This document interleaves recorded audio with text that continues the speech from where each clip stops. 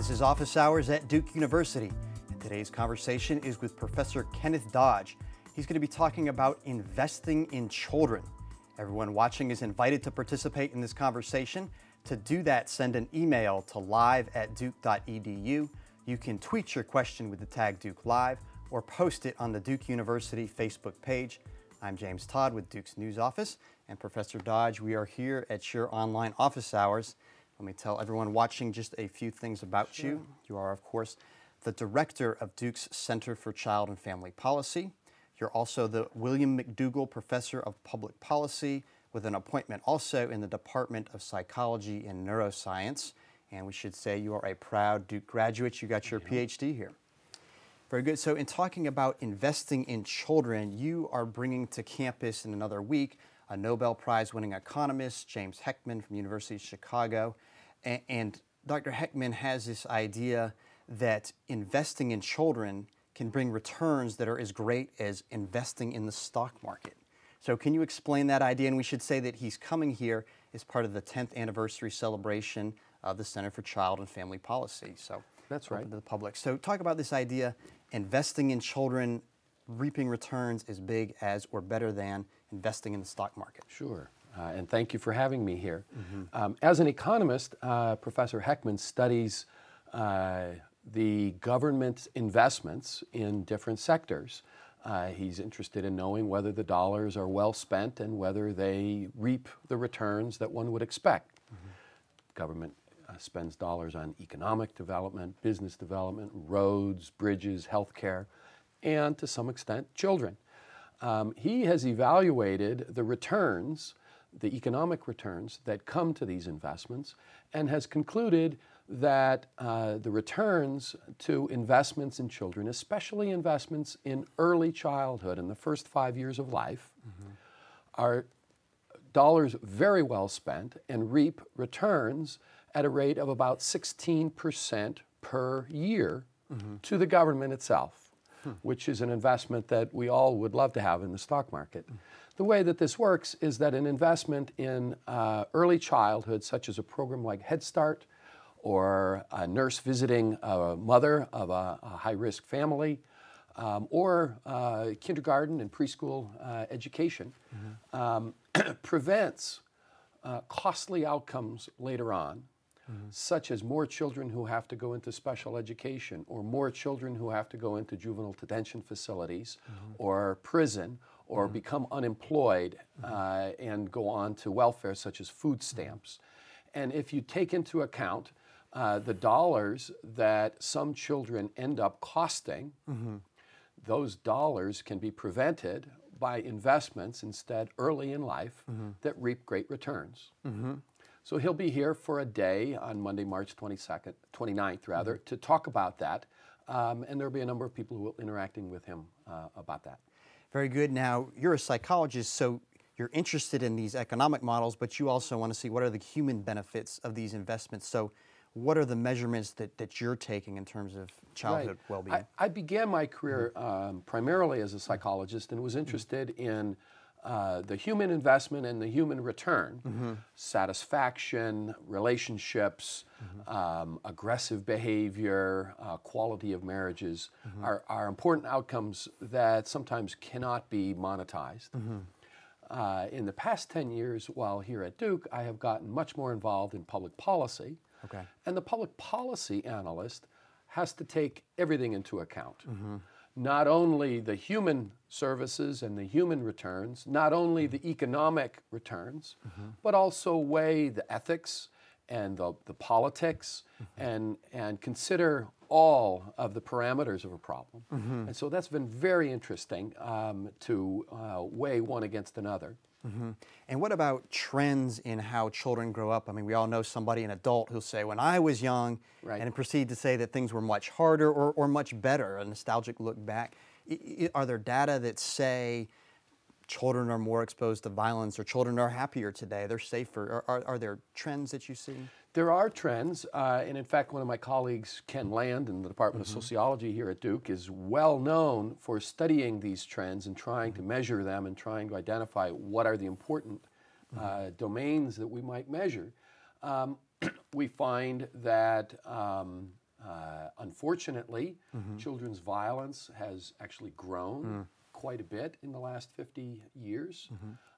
Many more children are committing aggressive acts, assaults, homicides. That's been an unfortunate trend. By and large, though, many of the trends are in a favorable direction in terms of income, in terms of health, longevity of life, those kinds of areas. Very good, Professor Dodge. We have 36 people participating in online office hours so far, and everyone watching is invited to ask Professor Dodge a question. To do that, you send an email to live@duke.edu. You can tweet in your question with the tag Duke Live or post it on the Duke University Facebook page. We've got an email question here from Mara, who asks, through your research, have you ever been able to explain the Mean Girls phenomenon, which was the basis for Tina Fey's Mean Girls movie, where some girls all of a sudden in middle school or high school turn mean and catty towards each other? Right. Terrific question. I'm not sure we can explain it fully, but we certainly try to understand it, describe it, and intervene about it.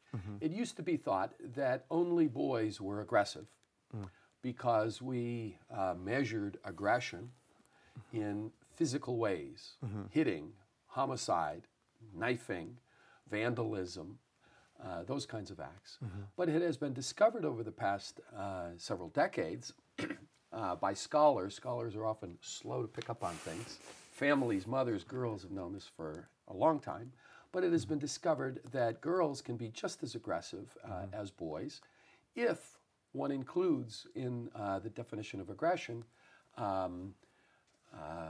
meanness of a non-physical sort that might involve ruining another's relationships with other people, ruining somebody's reputation, verbal assaults, verbal aggression, name-calling, rumor spreading, exclusion from peer groups, that sort of thing.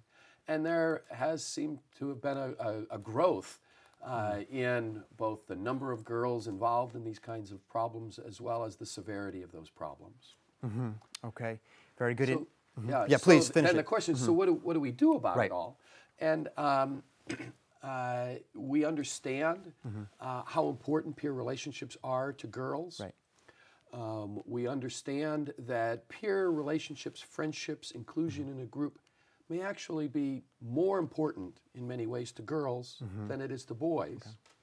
So the way to hurt a boy might be to take away his bicycle or his possessions, whereas the way to hurt a girl is to take away her peer relationships or her status in the group or her friendships or her place. And so that's the kind of aggression that gets played out against girls, which is different than that against boys. And it's girls who are aggressing against girls and boys who are aggressing against boys. So there are a number of folks here at Duke and across the nation who are trying to understand that, trying to help teachers develop ways of setting up classroom climates that are less competitive and more cooperative to prevent these kinds of problems. There are a number of programs going on to help school administrators figure out how to deal with these problems in school settings when they occur. And there are programs that are directed toward girls themselves, both bullying girls to stop that behavior and also toward victim girls to help them resist and to defend themselves. Right, and talking about intervening, you've led this fast track program, 20 years old now, that aims to reduce these kind of destructive, violent behaviors among children. Can you talk about how did this come about, and then what are the results you've been monitoring it? Sure. The fast track story is a big one. By now, it has been a $60 million investment by our federal government. So it's a rather large study, actually the largest study that the National Institutes of Health has ever undertaken in the prevention of violent behavior in children. It includes both boys and girls. The project began in 1990 at a time when there was rapid growth in children's violence in the 1980s, and everybody was becoming concerned. And so the federal government was interested in developing ways to intervene and prevent this kind of problem. Colleagues and I took the challenge and began to develop a program and to implement the program in schools and to evaluate it as rigorously as we could. The program includes a comprehensive view about the prevention of violence. So rather than being a one-time inoculation or a small dose of intervention, this program starts out with the premise that violent children grow up to cost society a lot of money. In fact, economist studies have suggested that a violent child, undeterred, will grow up and cost society over $2 million. Wow, okay. In incarceration costs, in cost to victims, in costs for treatment, all across the board. So with that in mind, we thought we might be able to spend a fair amount of money on a particular violent child and still reap a return or have an investment that could well be worth it. And so the Fast Track program lasts 10 years. What we do is to screen children in kindergarten. For the purposes of the study, we screened 10,000 children in 4 different cities across the nation. We identified 900 who were at highest risk, so about 9% of the population. It so happened that about 2/3 were boys and 1/3 were girls, so we included a number of girls as well. And then we randomly assigned those children to receive the Fast Track intervention or not. Okay. And we then delivered the intervention and followed both groups over time. And the result? Well, the results are actually quite favorable. Okay. So in the early elementary school years, we targeted 4 areas for intervention. Parenting skills, how to help parents manage their child's behavior, develop a warm parent-child relationship, and nurture the child's growth. And we found positive effects in that area. That is, the families assigned to the Fast Track intervention demonstrated more favorable parenting in the early elementary school years than did the control children's families. The second area that we targeted were children's social cognitive skills. Skills of solving social problems, skills of understanding each other's emotions, skills of thinking through their behavior before they engage in the behavior, self-regulation, self-control. And indeed, we found that the children who were in the intervention program fared better on objective measures of those social cognitive skills than did control. The third area we targeted was children's peer relations, how well they get along with other children, whether they have a best friend, whether they're socially accepted in the group, or instead are rejected by the peer group and always in conflict with the peers. And again, we found a positive effect of intervention on the intervention children compared to the control children. And the fourth area was academic skills. We taught children reading skills, work, study habit skills, organizational skills, and indeed the children fared better there. That was in elementary school, and that was very nice to see. Not terribly surprising, given that we invested very heavily in teaching parents and teaching children.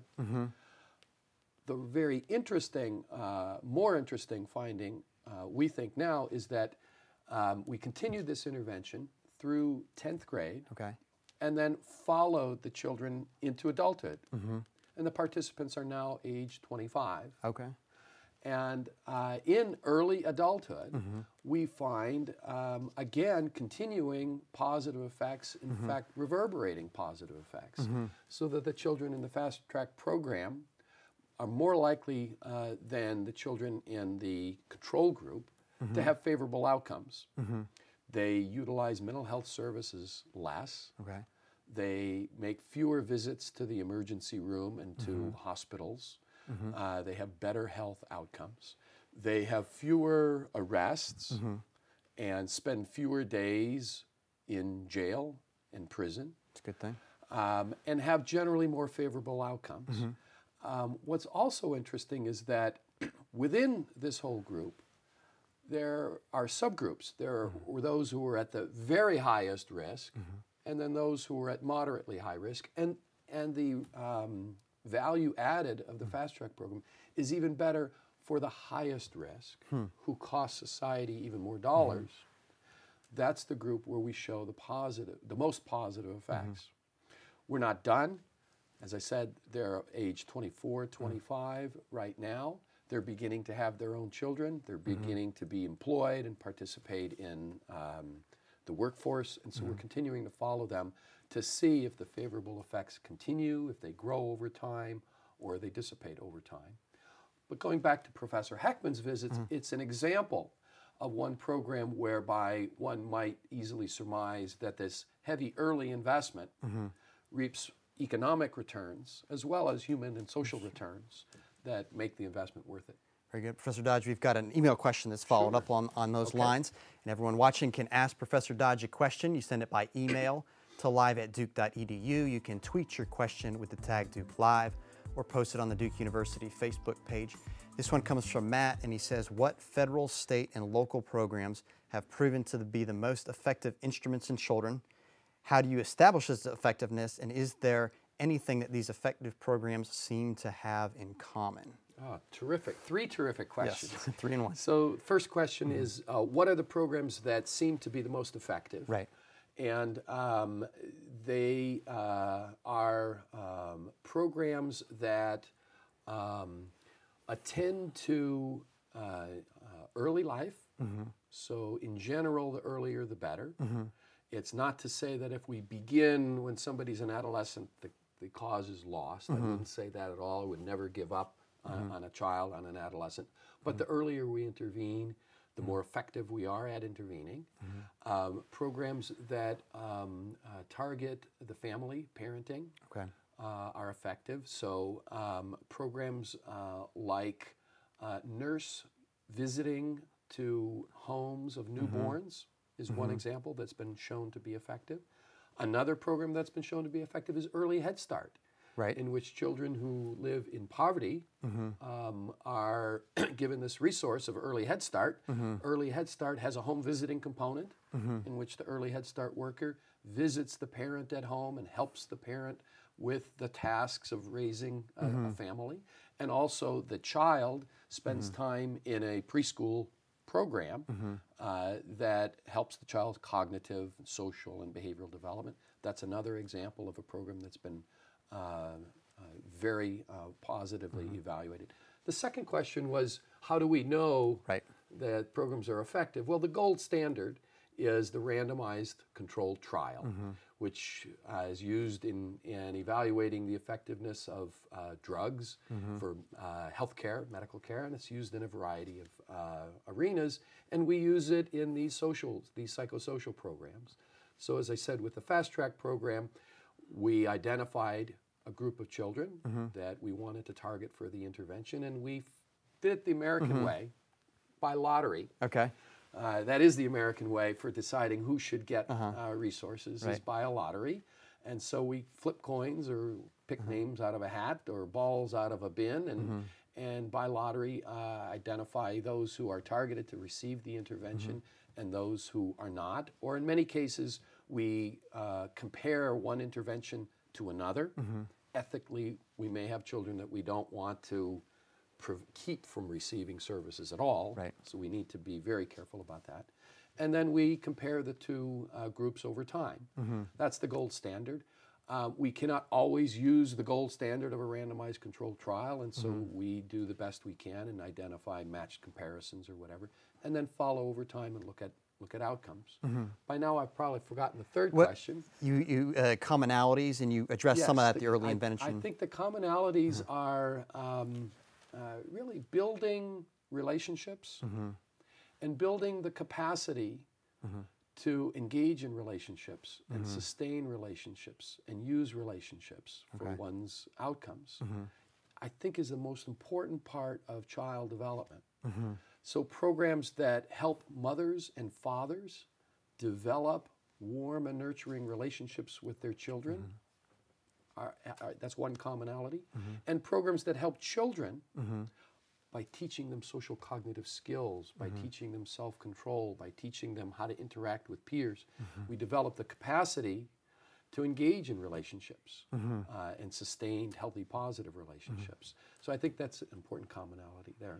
Yes, and in talking about local public policies that affect children, we've got this fascinating example with our neighbors in Raleigh. The Wake County school system has had a very public and contentious debate about the principles of how do you assign children to school, neighborhood schools, promoting diversity. What's your take on that issue? Yeah, that's a very controversial issue. And it's certainly going on in Wake County right now. It's not going on only in Wake County. It has happened in Charlotte, Mecklenburg County, and in many counties across the nation.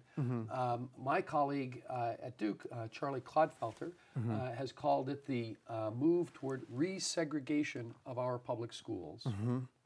So there was obviously a heavy move toward integration of our schools along ethnic lines, racial lines, socioeconomic lines that occurred over the last 40 years.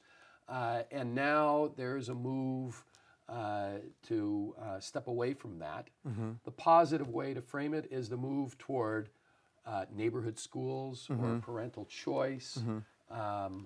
But the concern among a number of people is that we are losing the terrific resources that come with diversity. And many studies show that children who are in educational settings with diversity fare better in the long run than children who are in isolated settings. Okay. Not all children fare worse in isolated settings. It might well be the case that upper middle class children isolated with other upper middle class children may well fare well academically, although one might argue that they don't fare well when it comes to understanding how to engage in a diverse world as adults. But it certainly may come at the cost of those children who are in lower socioeconomic circumstances. So that debate is certainly being played out in Wake County right now. Is there a way that you would net that out, that you would balance those things? My evaluation of the evaluations is that net out, it will have a negative effect on Wake County to resegregate these schools. There may be some short-term happiness among families, but in the long run, I think there's a terrific opportunity that is being lost, and that it will cost the children in the long run. Okay. Professor Dodge, we have about 50 people participating now in online office hours. We've got another question that's come in, and this one by email from Cyprian, who says, in a recent commentary, you suggested limiting CEO pay. Top earners spend huge amounts of money on investing in their children's education from a very early age. Do you think capping the incomes of top earners would have an effect on the amounts invested in their children's education? Part two, if so, would we see less inequality investment in children's educations in our society? Yeah, terrific question. So in this article that I wrote recently, I addressed the controversy right now on these exorbitant bonuses and salaries to CEOs of publicly traded companies, companies that do business with the government, especially those that are underwater and needing a federal bailout. And I argued that what people are unhappy about is not the large amount of salary that is given to the CEOs and the top executives. After all, this is America. Go for it. Make as much as you Create can. wealth. Our athletes make hundreds of millions. Our music stars, likewise. Our CEOs, likewise. Americans like that. But what they don't like is the disparity, the inequity, the unfairness, the difference between the highest wage earner and the lowest wage earner within a company or within a society. There is a growing body of scientific research that shows fairly convincingly that communities that have high disparity between the highest wage earner and the lowest wage earner also have the greatest number of problems with violence, with unrest, with illness, with morbidity, death, with a range of problems that come about because of the high conflict between the haves and the have-nots. And instead, communities and societies whereby the income disparity is less, net seem to have happier, healthier, longer living people. So I wondered how to address this problem and came up with a suggestion that let's endorse CEOs to have as high a wage or bonus as the board of that company would allow, as long as the amount is not more than 100 times the amount earned by the lowest wage earner in that company. So if the lowest wage earner earns $20,000 a year, then the CEO can earn $2 million.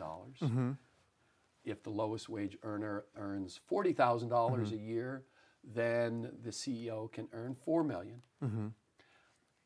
By capping it in this way, what I think will happen is that the CEO will begin to consider the plight of the low wage earner. Okay. And the low wage earner will say, go for it, CEO. I want you to have another $1 million because it'll get me another $10,000. Now, the question is, what would happen if we do that? And undoubtedly, if we do that, the low wage earners will earn more, will require fewer government dollars for healthcare subsidies, for education subsidies, whatever. But what will happen to the highest paid earners? Their incomes will go down. Will they go down so much that they will suffer? I think there's a value judgment there. I don't think there's a lot of evidence that would go that really would go down. Although it might be argued that they would be less equipped to use their philanthropy to pay for education of their own children or for other people's children in the form of donations, even to good old Duke University. On net, is that bad? I don't think so. I think on net, it's actually a very good idea. Okay. We've got another email question here. Let's go for and it. everyone watching can ask Professor Dodge a question. You send an email to live@duke.edu. You can tweet your question with the tag Duke Live or post it on the Duke University Facebook page. This is from Katie. She wants to take us back to the local school policy debates. She says, we keep diversity in schools for the student that tend to run behind the majority. Doesn't diversity-driven schools make them remain behind or even get worse? By the same token, would this school system hold back the children who would otherwise excel? So that's a great question. I guess she's asking whether by placing disadvantaged students in a peer group with more advantaged students, are we harming the disadvantaged students by making them fall even farther behind? Right, and also, if I'm reading it, also the gifted children, are we holding back their potential? Right, on the top end. Right. I hope that we can have our cake and eat it too. That is, I hope we can have an education system that includes diversity, includes all children, includes the full representation of our society, because that helps everyone. The gifted child or the upper middle income child, those are not the same, but both of those children benefit from their interaction with the more disadvantaged. They learn lessons, they learn how to interact, they learn how to cooperate, they learn valuable life lessons that they would not learn if they were only with other upper middle class children or other gifted children. So I think they learn a lot. I don't think they suffer at all. There's no evidence that they suffer academically, particularly if we can design education systems whereby everybody is included in our same schools, but we target our educational interventions individually. Okay. So gifted children should be given opportunities to grow. Right. I'm all for advanced placement, mathematics, science, etc., for gifted children. Absolutely, we've got to get that. Likewise, for certain children who have learning differences or difficulties learning in a particular area, we need to get them special resource help. Not all children learn best or need identical educational interventions. But in the context of a school, we can deliver a diverse array of interventions. We can target interventions toward the individual in this social context that includes diverse incomes and ethnicities and backgrounds. Right. In talking education policy, I think we have to bring up No Child Left Behind. Education Secretary Duncan was testifying before Congress about proposals to revise, update No Child Left Behind. So I don't know if he's watching, but if he happens to tweet in, What would you tell Secretary Duncan? What's your take on that? Well, No Child Left Behind Act was enacted in 2001, and very shortly thereafter, we had all of the living current former U.S. Secretaries of Education come to Duke to discuss No Child Left Behind and what it was going to mean. We've now had a decade of implementation, and we can see that indeed reading scores, math scores have gone up. Okay. Because No Child Left Behind has targeted those areas. What we have not seen is improvements in the high school graduation rate, in lowering the dropout rate, or in healthy outcomes. In a variety of areas, whether it's substance use or obesity or other kinds of areas. So we may be improving children's fate and outcomes in certain areas, not in others. So as we now consider the reauthorization of No Child Left Behind, I think we need to attend to the broader array of areas that are important to children. And I think that is where the debate is focused, is should No Child Left Behind be directed exclusively on end of grade test scores and those standards, or should it become more directed toward a diverse array of important outcomes?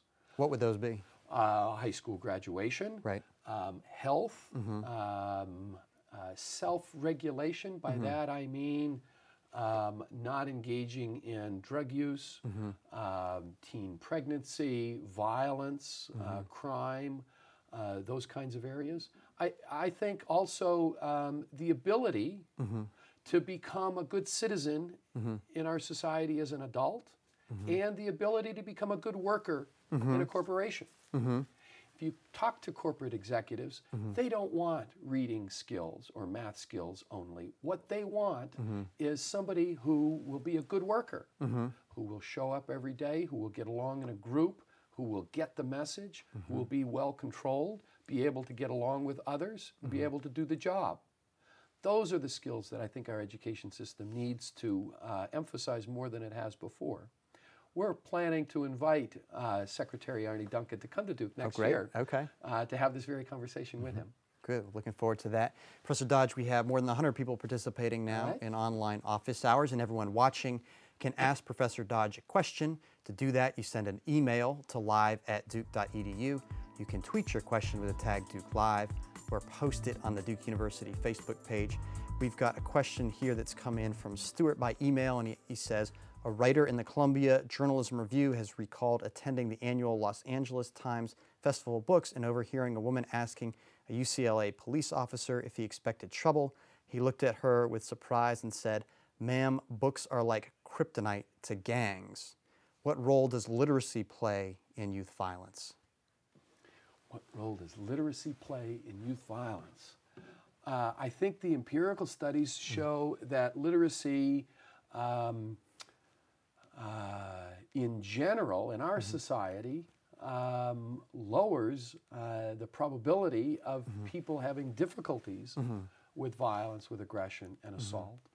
I'm not sure what the reader's quite getting at is the idea also that maybe by literacy, by exposure to books, we also encourage ideas and people have conflicts about those ideas. Well, if that's the case, sure, conflict about ideas is good. That doesn't mean violence and aggression. Right. Well, I think the premise here is that reading lowers, being literate lowers your likelihood to be involved with violence with gangs. Absolutely, that's the case. That was a part of our fast track program, was teaching reading skills.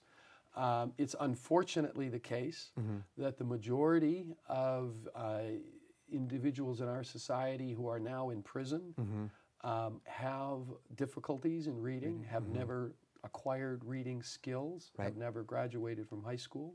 There's no question that success in reading, success academically, is one of the tickets toward life outcomes. On the other hand, it's not the only ticket, and it's not a sufficient ticket. We have to surround it with other kinds of literacy besides reading literacy. We have to surround it with what I would call emotional literacy. And social literacy and behavioral literacy. Overall competence in these other areas as well. Now, we've been talking mostly about policy. That's of course what you study in your role here, government, nonprofit interventions. But you may have heard the perspective that, hey, destructive behavior among children, raising children, it's a matter of family values. It's a morals issue. It's a values issue. It's a very local community issue, and programs is not the answer. Right. So that's a good question and an important part of the debate. What is the role of the family? Is this the exclusive role of the family? The question about whether it should be given only to the family to raise children to become emotionally literate or non-aggressive or have particular behavioral skills and social skills. That question was really addressed 150 years ago, 200 years ago, by our founding fathers, who, and also those who developed public schools. Right. It's an interesting fact of history that our public schools in America were developed not primarily to teach reading and math, but rather to help children become competent members of a democratic society. Founding fathers developed this newfangled idea called democracy, where everybody participated and everybody talked to each other and then voted. And they said, how are we going to prepare children to grow up to be able to do that? And they declared, we cannot leave it to mothers and fathers alone. That is unfair, that is too much to ask of them, and they can't do it alone. Instead, or in addition to, we need to bring it to the public arena. And that paves the way for public education. I think it paves the way for public preschool, supports for childcare all along the way. When I say that, I don't mean that we take it away from the family. Let's go back to reading.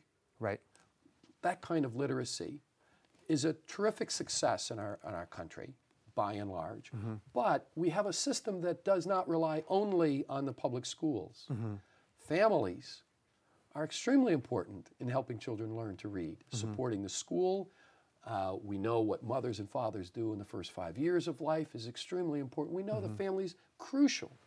We know it's not only the family and not only the school, but it's also the community has to support development of reading, development of literacy. I think the same way about violence and emotional competence and emotional literacy. We all have to play a role. It takes a village. It does take a village.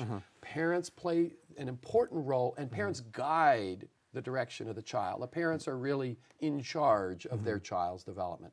But the parents need help from the village, from the public school, from childcare, daycare, after-school programs, a community context. Neighbor parents. When I grew up in the neighborhood, if I was misbehaving, not only would my mother and father see it, but the parents down the street would probably see it even before my parents if I were over in that direction, and they would intervene, and everybody was involved. So in talking about the role of families, you had a quote in a press release a couple years back that I think is an interesting part of this conversation. You said, there has been a decoupling of marriage and parenting. So is this a trend that we should be worried about? It is a trend, and it's a trend that a number of the extraordinary faculty members at Duke University are studying. I'm not one of them, but I'm reading what they're writing and listening in on them. Phil Morgan in our Department of Sociology, Christina Gibson Davis in our Sanford School of Public Policy are leaders in this area. And they have identified the phenomenon that marriage and parenting have been decoupled. You know, it used to be courting, marriage, then parenting. And the ordering of those is now not always set in the same way. We, the academy scholars, used to think that that was a problem only of the underclass, of the economically disadvantaged. But it's just not true. It's now pervading all sectors of our socio-demographics. What does it mean? Is it concerning? It is concerning to me about what it means about the quality of parenting that our children will have. The quality, study after study after study show that it's a quality of parenting that makes the difference, not whether parents are married, whether they even live together, whether they're divorced, but rather the amount of conflict that the child's exposed to is negative, and the amount of warmth, nurturance, and high quality, consistent parenting is positive. Whatever way the child can get that, so be it. Right. Is a child more likely to get that in a two-parent married family? Yes. So by all means, that's a terrific way for children to grow up. Is that the only way for a child to get that? No. Right. Children can grow up just as well in a single-parent family, or in a two-parent family in which they're not married, or in a divorced family, as long as the quality of parenting remains strong. Okay. We've got another email question that's come in. This one is from Victor.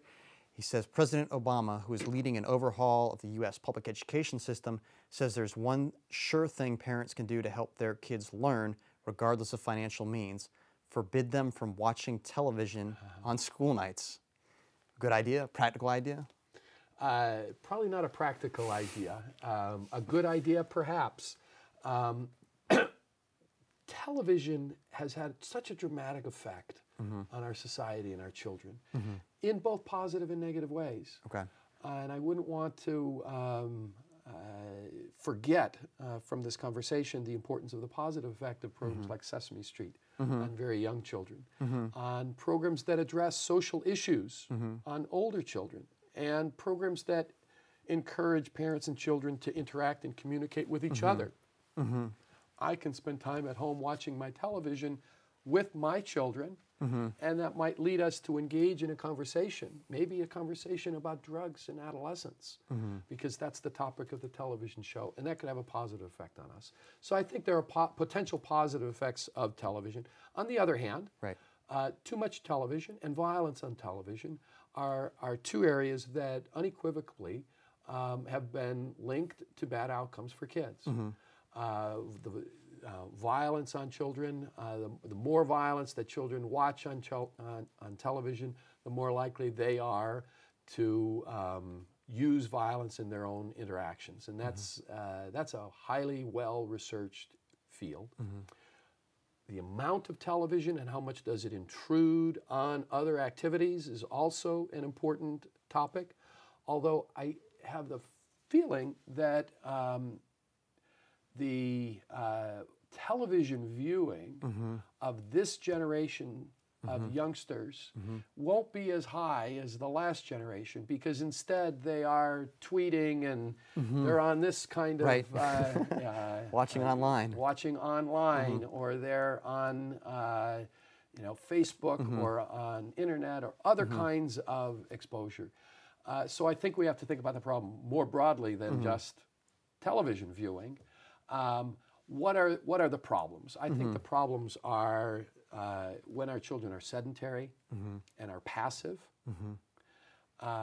and when they are out of balance and doing any one thing that's too much at the neglect of a broader, richer life. Can President Obama dictate? I don't think so. Can he encourage and use his bully pulpit role? Absolutely. And I'm with him in encouraging families to ride bikes together rather than only watch television together. Have dinner together would be a terrific way to start. And we're talking about social media, Facebook, and Mara, who had asked the question about Mean Girls at the start, had a second piece of that, which was parents preventing this kind of bullying, even in the context of Facebook text messaging, kind of online bullying. Is there research extending into that area? There is now exciting, growing research on those media and their impact on kids. Studies are underway, and the findings are coming out that these media are, in general, neither enhancing nor inhibiting overall levels of violence, but they're becoming the forum for the meanness. So without the Twitter and the Facebook, girls were still mean to each other on the playground. Now they're mean to each other through those new media. I don't think the media are causing more meanness in girls, but they are the medium for it. Okay. Having said that, I do think there are a couple of specific problems with email, internet, Facebook, Twitter, instant messaging. And that is that in interpersonal interaction, what I study is human relationships. If you and I are interacting and I start becoming mean to you, Which I hope you don't. which I hope I don't as well. And one way that I will stop is when I can read your cues. Okay. When I can look at your eyes and see that you're hurt and say, oh gosh, I didn't mean to do that. Or when I can understand. And the one problem with some of these media are that we're communicating without that feedback. And it does allow some children to engage in meanness beyond the point where they otherwise would have stopped had they been in face-to-face interaction. Interesting. I think it means that in education and in parenting, we need to teach our children that this is pretty mean when you say this. You hurt this child and you hurt other children. And do you really understand that? Let's talk it through. Let's understand that. How would you feel if it happened to you? And teach our children so we give them the cues that they're not otherwise naturally getting. So it does present new kinds of problems, new challenges. Yeah. Professor Dodge, we're coming up on the end of our office hours time here, but I do want to hear, before we go out, your passion for your research. I mean, you're a parent yourself. You've been studying childhood development for decades now. So, what's your fascination? What keeps you going on this? Yeah. So I have long devoted my interest and career to children's development and development of antisocial behavior and violence with the Fast Track program, with other kinds of programs. But I have always continually found myself saying, we should start earlier, we should start earlier. So right now my passion is directed toward mothers and fathers of newborn babies. The Durham Connects program. Which is the Durham Connects program. Right. And I would like to mention that. Yeah. The Durham Connects program is a wonderful program that has been financially supported by the Duke Endowment and being implemented here in the Durham community by our Department of Health, Public Health Department, through nurses who have developed a wonderful way of inviting themselves to visit mothers and fathers of newborn babies here in Durham. And in that visit, they congratulate the family, they celebrate the birth, and they welcome the baby and the family into the Durham community, and they begin to engage in a conversation with the mother and father, fathers available, about that baby, about the parents, and about the needs that they have when the baby may be 4 weeks old. And these needs may be in healthcare. Is breastfeeding going well? Is feeding going well? Is sleeping going well? Is the medical care going well? Is there a medical home? The concerns may be in financial stability. Do we have food stamps that we're entitled to? Do we have a stability of a bank loan? Can we make ends meet, et cetera? In parenting is another area. Right. How do I respond to my baby's crying uncontrollably? And what does it all mean? And what can I do about it? How can I parent effectively? As well as the parent's health. Is the parent's stress level too high? Is the marital relationship going well or not? And so what the nurse does is visit and talk with a mother and father about those areas, identify areas where the family might want and utilize some community resources to support them and help them. Right. And then it's the nurse's job to go out into the community and find those resources and bring them back into the home. It may be professional kinds of resources, maybe a mental health provider is a good idea. It may be resources like getting food stamps to a family, or getting the family health insured, or finding good quality childcare because the mom is about to go back to work. Whatever it is, the nurse does her job in connecting, and that's why the title, the name of the program is Durham Connects. What we say is the nurse connects with the mother and father to help the mother and father get connected to the community of Durham so that the mother and father can connect with their baby. Okay. because if they can connect with their baby, that baby will grow up to be nonviolent, to be successful in education, and become a good citizen. So we're implementing the program Durham-wide, evaluating it as rigorously as we can, and if we are successful in implementing it and in showing positive effects, then we will try to make it universal and bring it to every family in Durham over the next decade. So this is the kind of thing you're passionate about in your This is what work. I'm very passionate about now. I'm passionate about families. I'm passionate about these human relationships and ways we can help families develop better relationships with their babies. And then as a policy engagement person, how can we bring that to the Durham community and the state of North Carolina so that everybody can take advantage of them?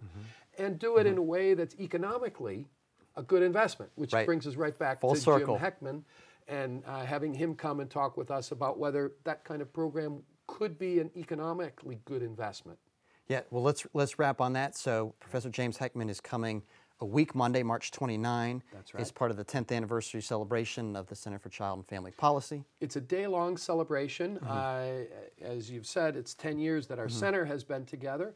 We're starting off in the afternoon at 1:45 with a public forum where we have national leaders coming in and talking about this topic of investments in children. We have an open house where we all hope to engage in conversation and develop new relationships. And then at 4 o'clock, Professor Heckman will deliver the keynote address. Some of the people who will be leading and participating will be Governor Jim Hunt, former governor of North Carolina, and a wonderful leader and spokesperson for our state, as well as national leaders from the U.S. Congress, from Brookings Institution, from other universities, all here to engage with us. Very good. Well, thank you for holding these online office hours, Professor Dodge. Thank you for having me. Great. All right. You can follow Professor Dodge's work and the work of his colleagues at the Center for Child and Family Policy at childandfamilypolicy.duke.edu. And a recording of this office hours session, along with many other Duke videos, will be available on the new Duke On Demand website. That's ondemand.duke.edu. You can come back here next week to the Duke Ustream channel for an office hours session with Professor David Malone talking about the purpose of service learning. And to learn more about Duke, visit duke.edu.